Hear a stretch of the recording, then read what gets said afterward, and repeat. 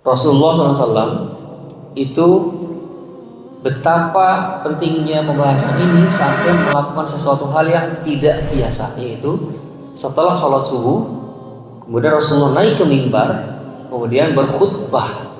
Khutbah berarti kalau khutbah itu serius, itu tidak ada intervensi, maksudnya tidak ada instruksi atau tidak ada pertanyaan segala macam, tidak ada khutbah. Kalau kita biasa khutbah 5 menit, 10 menit, 15 menit, maka kalau Nabi khutbah misalkan untuk kondisi saat itu dari ba'da sholat subuh sampai zuhur, baru istirahat adalah saat zuhur, sholat berjamaah itu istirahat. Kemudian dalam redaksi hadis yang kemarin sudah disampaikan, Rasul nggak selesai, lanjut lagi khutbah lagi, itu dilanjutin khutbah yang lain sampai datang asar dan kita sholat asar berjamaah. Kemudian setelah itu lanjut lagi tuh sampai maghrib. Karena kita memang berpikir saat itu Rasul dan para sahabatnya sedang dalam posisi saum atau berpuasa. Di dalam redaksi hadis terakhir itu adalah itu untuk bisa menyerap informasi dari ba'da subuh sampai matahari terbenam. Itu yang paling bisa menyerap adalah yang paling kuat hafalannya di antara kami, kata para sahabat. Kita akan mulai dari tanda kiamat pada masa Nabi SAW. Yang pertama adalah diutusnya Nabi itu adalah tanda akhir zaman. Jadi ketika Nabi diutus itu adalah tanda akhir zaman. Rasul bersabda dari hadis yang sahih riwayat Imam Muslim. Hadisnya 750-97 maksudnya. Rasul bersabda, "Bu'itsu ana was-sa'ah kahataini."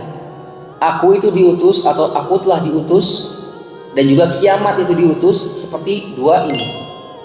Wa asyara bis-sababah wal wusta. Dan Rasul memberikan isyarat petunjuk dengan as-sababah. Dalam bahasa Arab, telunjuk itu namanya as-sababah. Ini dalam bahasa Arab namanya al-wusta. Sababah dan wusta. Kemudian para ulama mengartikan apa maksudnya nih? Nah, di antara makna yang paling populer adalah, kenapa dikatakan di antara? Karena likulli ra'sin ra'yun. Setiap kepala punya pendapat, punya pemikiran. Artinya mungkin ada pendapat yang berbeda. Namun di antara makna yang paling populer adalah ketika Nabi memberikan isyarat seperti ini, antara diutusnya Nabi dengan kiamat adalah ini adalah Nabi di sini dan ini adalah kiamat. Kemudian selisih antara telunjuk sama jari tengah inilah waktu yang tersisa. Nah, inilah waktu yang tersisa. Jadi dari mulai adanya kehidupan di muka bumi khususnya sampai Nabi diutus itu adalah telunjuk sampai sini. Kemudian dari mulai adanya kehidupan di muka bumi sampai akhirnya dunia, jadi awal sampai akhir itu adalah dengan tanda jari tengah. Jadi kalau yang ini adalah dari awal sampai Nabi diutus, kalau ini adalah dari awal sampai akhir kehidupan. Jaraknya, selisihnya berapa? Nah, selisihnya antara telunjuk dan ini, inilah selisih yang tersisa. Yang sekarang sudah berlalu sekitar 1500 tahun. Berarti kan sudah semakin dekat banget gitu. Nah, dalam tafsir Al-Baghawi, tafsir surat An-Nahl ayat 2, Ibnu Abbas menyebutkan bahwasanya diutusnya Nabi Muhammad SAW itu merupakan tanda ditangnya hari kiamat itu sendiri.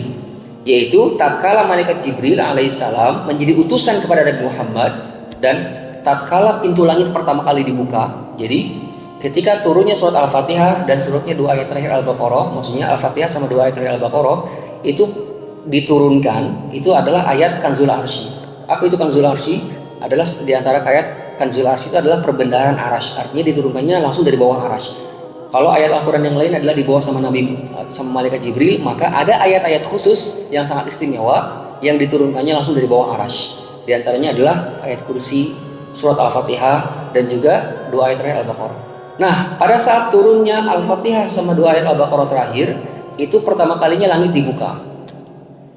Dan khususnya ketika Nabi diutus, itu kan malaikat Jibril menjadi malaikat pembawa risalahnya kan, artinya penyambung dari Allah SWT kepada Nabi. Nah, maka saat melewati langit itu, maka para penghuni langit itu mengatakan Allahu Akbar, sebentar lagi terjadi kiamat. Tanda yang kedua di masa Rasulullah SAW, yaitu kisah terbelahnya bulan. Jadi pada masa Nabi itu ada tanda kiamat, yaitu bulan terbelah. Jadi awalnya adalah para musyrikin Quraisy, musyrikin Mekah lah ya, mereka menantang Nabi. Mereka tidak akan beriman kecuali Nabi memberikan kepada mereka ayah. Ayah. Apa itu ayah? Tanda besar tadi. Ayah, tanda besar atau tanda yang agung, tanda yang dahsyat gitu. Tanda yang mukjizat. Karena ayat itu bisa juga mukjizat.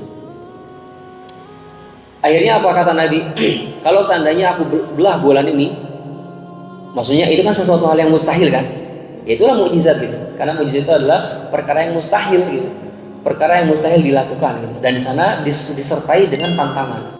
Kita bacakan hadisnya. Dari Abdullah bin Mas'ud bahwasanya bainama nahnu ma'a Rasulillah, ketika kami sedang bersama Rasulullah SAW di Mina, di Mina, di Mina berarti di Mekah, di Mina, dan Mina itu dekat dengan Masjidil Haram. Idzan falaqal qamar fil qatain. Jadi saat itu para sahabatnya ada bersama Nabi, di samping juga orang-orang musyrikin di sana. Kemudian terbelahlah bulan itu fil qatain, ay fil qatain, menjadi dua bagian. Dua bagian. Fakanat fil qatul wara al jabal, satu bagiannya itu dia ke arah ke belakang gunung ini, maksudnya ke Jabal Mina atau Bukit Mina, okay. Wa fil qatul dunahu, dan bagian yang lainnya adalah ke bawah gunung. Misalkan kita posisi di sini nih, misalkan di belakang kita itu ada, atau misalkan kita berada di Mina kan sebuah bukit ya. Maka yang satunya ke arah sana, yang satu ke arah sana. Ya maksudnya menjauh, saling menjauh. Jadi bukan cuma terbelah saja, tetapi dia saling menjauh. Jadi menjauh. Kemudian Rasul bersabda, "Ishhadu." Kalian para sahabat saksikanlah. Maksudnya ini ada peristiwa yang sangat peristiwa yang sangat bersejarah, peristiwa yang sangat besar, peristiwa yang sangat agung. Jangan sampai kalian kehilangan kesempatan. Dan di belakang hari, di kemudian hari, ditemukan oleh NASA bahwasanya bulan itu seperti ada garis, seperti dulu pernah terbelah. Kalau seandainya mereka tahu tentang hadis ini, karena yakin itu di zaman itu mereka semuanya akan masuk Islam. Hanya saja memang Allah Subhanahu wa taala menyebutkan dalam Al-Qur'an, jika Allah berkehendak maka semua orang itu akan beriman. Jika Allah walau syaa rabbuka la amana man fil ardi jami'a kulluhum jami'a, jika Allah berkehendak maka semua orang akan beriman. Tapi Allah membuat manusia tetap mukhtalifin, berbeda-beda. Ada yang tetap beriman dan ada yang tetap dalam kekufuran. Yang ketiga, tanda kiamat pada masa Nabi adalah munculnya para pendusta dan nabi palsu. Itu adalah diantara tanda kiamat. Karena Rasul bersabda dalam hadis yang berbicara tentang kiamat tidak akan terjadi sampai nanti sayakunu min ummati, ada dari umatku kadzabuna salasuna, ada 30 orang, disebutin spesifik sama Nabi. Bisa tahu spesifik dari mana itu? Ya inilah Nabi, maksudnya wahyu. Wa ma yantiqu 'anil hawa, Nabi tidak berbicara sesuai hawa nafsu. Memang hadisnya seperti itu, min ummati kadzabuna salasuna, ada pendusta sebanyak 30 orang. Kulluhum, mereka semua yaz'umu annahu nabiyyun, mereka semuanya menganggap bahwasanya diri mereka itu nabi. Maka sama Rasulullah sudah ditegaskan, wa ana khatamun nabiyyin, dan aku adalah penutup para nabi. Dalam kata-kata khatamun nabiyyin, sebagaimana di surat Al-Ahzab juga disebutin bahwasanya wa ma kana Muhammadun aba ahadin min rijalikum walakin Rasulullah wa khataman nabiyyin. Khataman nabiyyin, nanti dalam riwayat lain ada baca khatiman nabiyyin atau khataman nabiyyin. Jadi kenapa dikatakan di sana penutup para nabi dan bukan penutupnya Rasul? Kan ada nabi, ada Rasul ya. Nabi itu apa artinya sih? Nabi itu adalah man nabba'a an nafsihi, orang yang dia diberikan informasi ketuhanan tapi hanya untuk dirinya sendiri. Itu nabi. Beda sama Rasul. Orang yang mendapatkan informasi atau risalah ketuhanan, risalah tauhid maksudnya, dan juga mendapatkan tugas untuk menyampaikannya, irsal, menyampaikannya kepada orang-orang, maka dinamakan Rasul. Ada berapa jumlah nabi? Ada 12.000. Ada berapa jumlah Rasul? Ada 313. Sama seperti jumlah pasukan perang Badar. Hanya perang Badar ini Masya Allah jumlahnya bisa pas gitu, sesuai dengan jumlahnya para Rasul. Ada berapa yang wajib kita imani, wajib kita ketahui yang wajib? Ada 25, yaitu yang disebutkan di dalam Al-Quran. Terus bagaimana nanti ada Nabi Isa alaihissalam di akhir zaman misalkan? Beda aja. Nabi Isa turun itu bukan menyempurnakan risalah, Justru Nabi Isa turun itu adalah untuk mengikuti risalah. Kalau kita beriman kepada Al-Quran, maka Al-Quran mengatakan bahwasanya Nabi Isa itu adalah seorang muslim. Kita lihat Allah Ta'ala berfirman di dalam surat Ali Imran, falamma ahassa Isa minhumul kufr qala man ansari ila Allah. Ketika Nabi Isa merasakan kekufuran dari mereka, para pengikutnya, maka langsung Nabi Isa berkata kepada para murid-muridnya, namanya Hawariyun.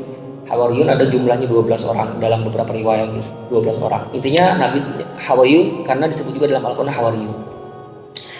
Man ansari ilallah, siapa yang menjadi penolongku, penolong agama Allah untukku.